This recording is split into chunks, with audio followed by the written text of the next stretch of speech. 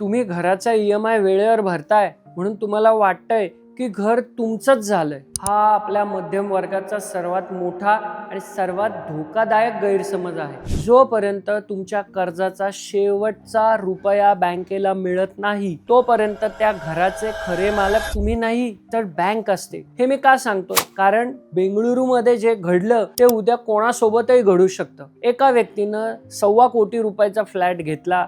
तब्बल 8 वर्ष त्याने एकदाही न चुकता EMI भरला. अचानक मंदी आली, त्याची नोकरी गेली. फक्त 3 महिने त्याने EMI भरला नाही आणि बँकेनं थेट सार्फसी ऍक्टचा वापर करून त्याचं घर जप्त केलं. आता धक्कादायक भाग बघा, त्या घराची किंमत 1.25 कोटी रुपये होती, पण बँकेनं ते लिलावात फक्त 95 लाखाला विकलं. बँकेला फक्त त्यांचे उरलेले पैसे हवे होते. त्या माणसाची 8 वर्षाची मेहनत, त्यांनी भरलेलं व्याज, त्याचं स्वप्न एका झटक्यात शून्य झालं. लोक म्हणतात भाडं देण्यापेक्षा EMI भरा, पण भाड्याचं घर गेलं तर फक्त डिपॉझिट जातं. पण होम लोन मध्ये हप्ता चुकला तर तुमची 8 ते 10 वर्षाची आयुष्यभराची पुंजी जाते. गृह कर्ज म्हणजे फक्त हप्ता भरणं नाही, तर ती एक रिस्क मॅनेजमेंट आहे. तुमचं उत्पन्न कायम राहीलच याची शाश्वती नसते, पण बँकेचा हप्ता मात्र कायम असतो. जर तुमच्यावर होम लोन असेल तर या 3 गोष्टी आजच कागदावर लिहून ठेवा. क्रमांक 1, 6 महिन्यांचा इमर्जन्सी फंड म्हणजे तुमच्या होम लोनचा हप्ता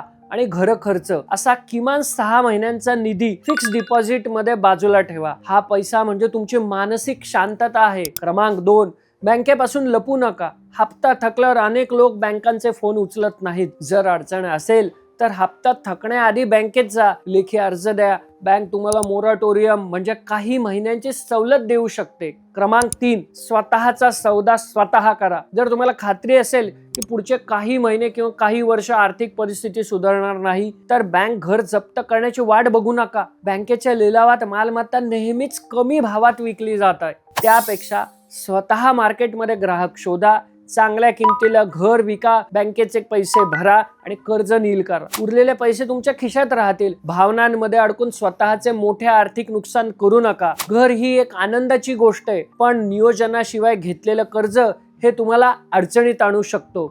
लक्षात ठेवा, 2 ते 3 दशकांचं कर्ज 3 महिन्यांच्या बेरोजगारीमुळे तुमच्या हाताबाहेर जाऊ शकतं. हा व्हिडिओ फक्त लाईक करू नका, तर तुमच्या प्रत्येक मित्राला, नातेवाईकाला पाठवा जो होम लोन भरतोय. कदाचित तुमची एक शेअर केलेली लिंक एखाद्याचं आयुष्यभराचं घर वाचवू शकतं. सावध राहा आणि खऱ्या अर्थानं अर्थसाक्षर व्हा. कर्जमुक्तीच्या प्रवासाला तुम्हाला खूप खूप शुभेच्छा.